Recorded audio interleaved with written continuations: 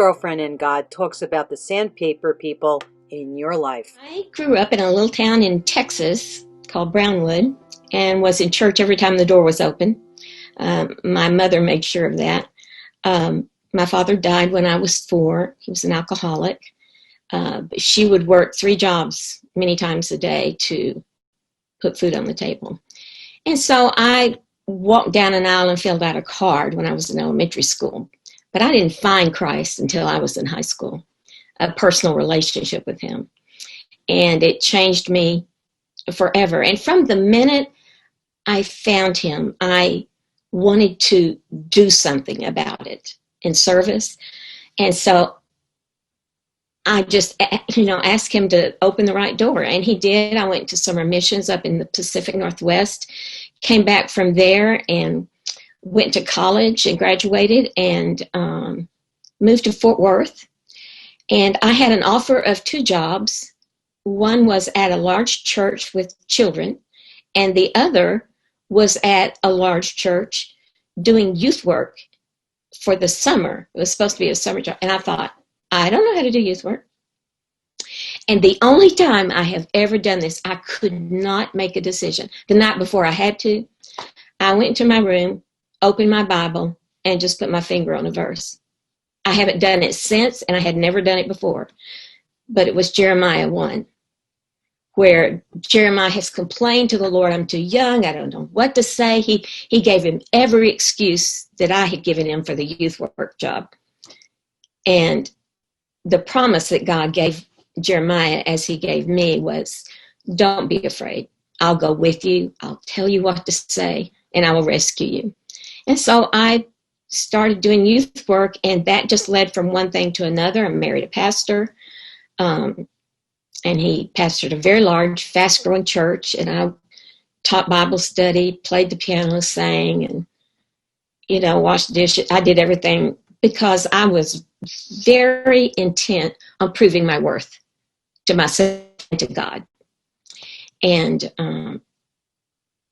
finally, in 1995, God just kind of turned off the lights and shut the door and said, that's enough. And I sat at the bottom of a pit of clinical depression for 2 years.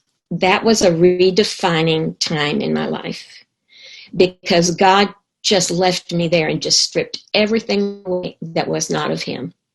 I gave up my speaking ministry, my teaching ministry, everything for 2 years. Sometimes I couldn't go to church. I'd have a panic attack. And if I got dressed by the time my kids got home from school, that was a good day.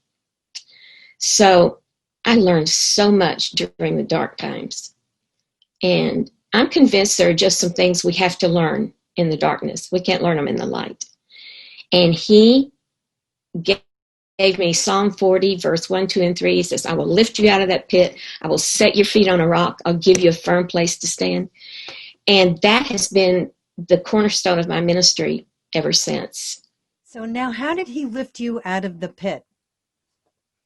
He did that with several ways. First, I went to see a Christian psychiatrist, and then her, along with my husband and friends, it just kind of got down in that pit with me and listened and just loved me. If I couldn't buy groceries, they bought groceries. They picked my kids up from school.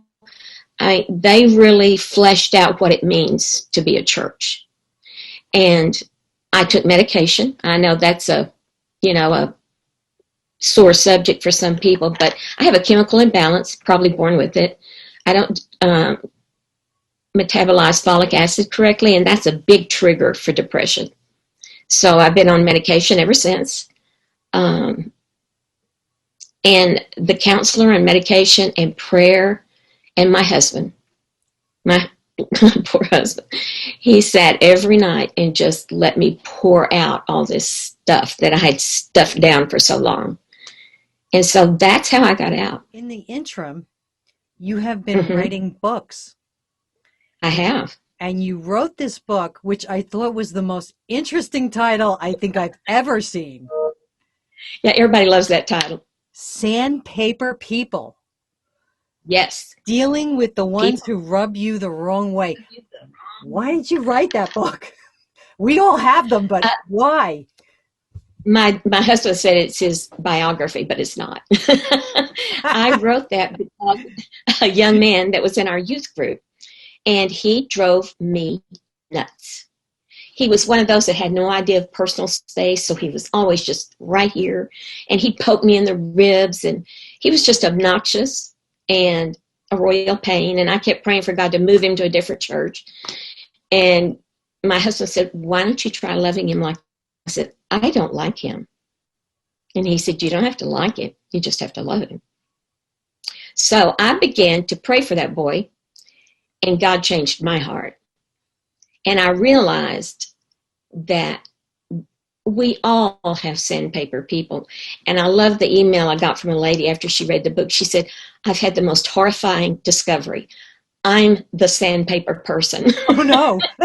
I said, "Oh no, you can't escape that." So we all have them, and they're all coming for the holidays. Okay. And they probably have not changed since last year. Yes. Um, so we have to, there are principles in that book that I pulled right out of scripture on how to deal with these people, how to love them as they are, right where they are. And that will change your relationships in a huge way. Before every chapter, you have a little something about the use of sandpaper. Yes. Isn't that interesting? Yes. I Back thought, they used to wrap sandpaper around a block and do your legs instead of shaving them. I'm going, ow. yeah, it says about the sandpaper facts. As I Mm, began to research this book, I kept tripping over interesting and unusual facts about sandpaper. I found right. myself amazed and amused by the way God has laced sandpaper throughout creation. It's everywhere. It is. The sandpaper facts are simply a testimony of God's attention to detail, a fact I find extremely comforting in dealing with sandpaper people. Right. So, Yeah. I just kind of stumbled onto that. I thought, well, I wonder if there's more. And there were a lot more. chapter 3, you said with sandpaper learning, you have that. Yes. Um, Yes. but what I do like is that you said in chapter 3, be accepting, love them just as they are. Just had, like you said on one particular rough day in her teen world, I corrected her, meaning I'm thinking it's your daughter. Mm-hmm. Um, I corrected her for some minor rule infraction and was totally unprepared for her emotional eruption. With admirable flamboyance, she threw herself on the couch, wailing with great gusto. I'm guessing you remember this. I do so vividly. Nobody loves me. How many? Nobody. Let me tell you how many girls say that Oh, yeah. Oh, to their yeah. mothers. Yes. Yes. Everybody hates me, Right. right? Her brother, Jared, was sitting at the kitchen table doing homework and without even looking up said, "That is not true, Dana." I was proud of him and, I and, was. and of the fact that he wanted to reassure his sister of his love. And I Mm-hmm. was so wrong. When Dana looked up in surprise at her brother's response, Jared turned her to her and said gently, "It really isn't true that everybody hates you. Some people don't even know you yet." I know. My pride in him did not last very long. Sandpaper people don't think anybody loves them. Yeah. They're shocked when people look at them with love and acceptance. They don't really know how to handle that because most of the time, if you think about those people in your lives, you try to avoid them at any cost, or you try to really not listen to them but get away from them as quickly as possible. And so when somebody really does invite a sandpaper person into their life, we're giving them the gift of time. And that's a priceless gift. And not very many people do that. But when we do, I really believe we are personifying what Jesus wants us to do with that person. He did it all through Scripture. He just loved them right where they were, just like they were, messy, dirty, sinful. He just loved them. He didn't say, "You got to clean your act up before you come to me." He said, "Just come." So great. I love this book. I had fun writing that book. I bet you did. I did. I bet you did because it's true though. I mean, holidays are coming up. There are Right. going to be a lot of people that are going to be rubbing you the wrong way this year. Yes. And especially because of politics time Oh, yeah. and on COVID and Yes. everything that's happened this year, there's going to be Right. a lot of irritation and people that are going to be rubbing you the wrong way. So in another part of it is you have to recognize God as the source of patience. You said that in the Mm, book. yes. Um, and there's a lot of scriptures that support that through the book. Right. What else would you like to talk about in this book that really stands out to you? I think one of the most powerful chapters in that book is look for a need in their life and meet it. And when our kids were little, we lived in South Florida where Dan was pastoring, and we lived our neighbors in the back. Um, it was a grandfather and a grandmother, and they were the grumpiest, grouchiest people I'd ever met. And they would move our garbage can because it was 2 inches over into their property. And they would leave notes on our windshields, and say, your dog is barking too loud. I mean, it was constant. So Christmas time rolls around and we made special Christmas cards for special people. So one morning I turned the air way down because it's never cold in South Florida and put on Christmas music. And I was baking cookies and the kids were making their Christmas cards. And all of a sudden, Jared looks up at me and he says, Mama, are we going to make them a Christmas card? And I knew who he was talking about, but I desperately hoped I was wrong. And I said, who are you talking about, son? He said, well, our neighbors. And being the godly wife that I was, I said, why in the world would you want to make them a card? And Jared said, he said something, it just killed me. He said, Mom, there's never any kids over there. They don't have any bicycles in their front yard. There's never a car in the driveway. I don't think anybody comes to see them. And he just went on, and I'm going, I've just been schooled by my little boy. So I said, okay, we'll take him a card. And Dana said, and some cookies. Now that's asking a lot. My cookies. But we made a box, took the card, and I stopped. I said, we ought to wait for Daddy to come home. And they said, no, we have to go right now. So we Okay. went over there. Yeah, I was trying to get out of it. We went over there, knocked on the front door. And I said, I don't think anybody's home. And they started to walk away. And Jared said, Mom. And the door opened. And there was the man. And he had the scowl on his face. He said, what do you want? And I thought, okay, you could be mean to me, not to my children. I opened my mouth to say something. Dana thrust the card in his face and said, here, it's free. And gave him the card. And I have never seen a man's expression change so quickly and so dramatically. And then Dana said, he almost smiled, And then Dana said, we made some cookies for your mother. I'm going, oh, great. We just aged his wife by 40 years. But he smiled. He stepped back and he said, Mother, we have company. And she came to the door and they invited us in.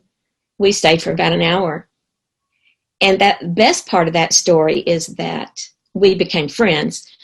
But months later, I don't remember how long, the man was in the hospital with a heart attack. And Oh. none of his children didn't come see him. Nobody came to see him. Dan went up there and led that man to Christ. Oh, But that's a beautiful story. our children saw a need and they met it. Yes, and it takes a child. Oh yeah, many times. I It learned takes a so child. much from my Yeah. grandchildren now. How would how would you tell somebody who is having difficult people maybe during the holidays? Do you have any tips for them? I do.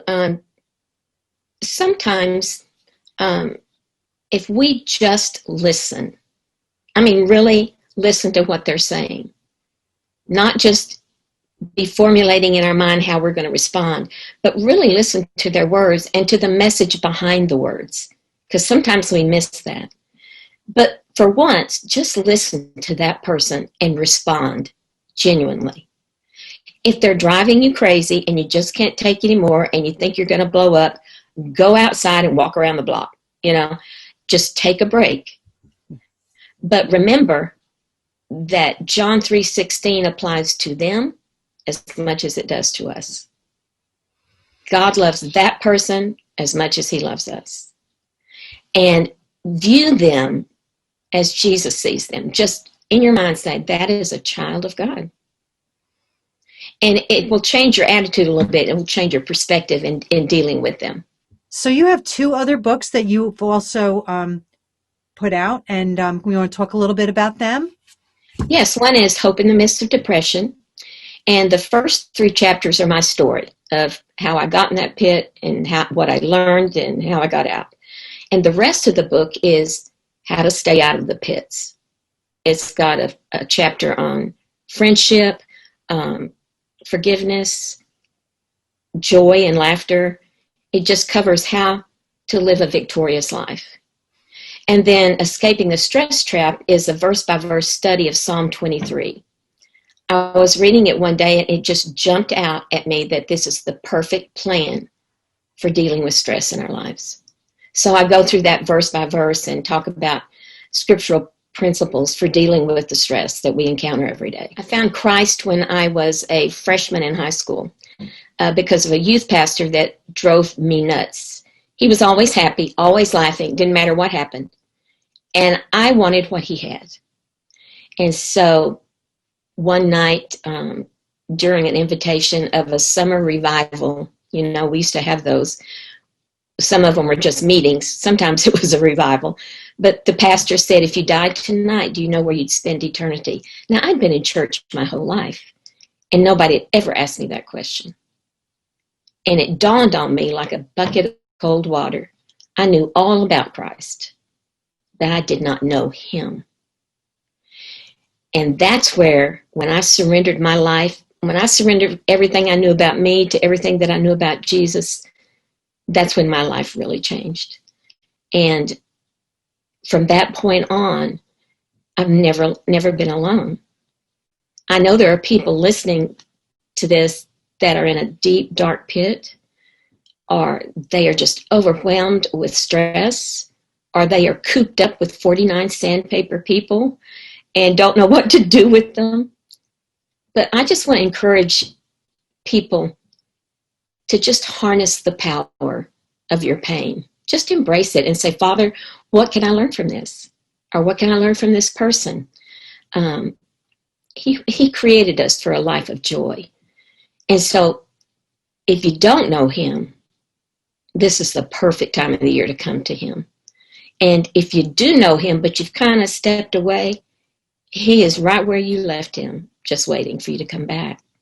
And so I pray that this season is a season of healing and a season of peace and a season of joy for all of us.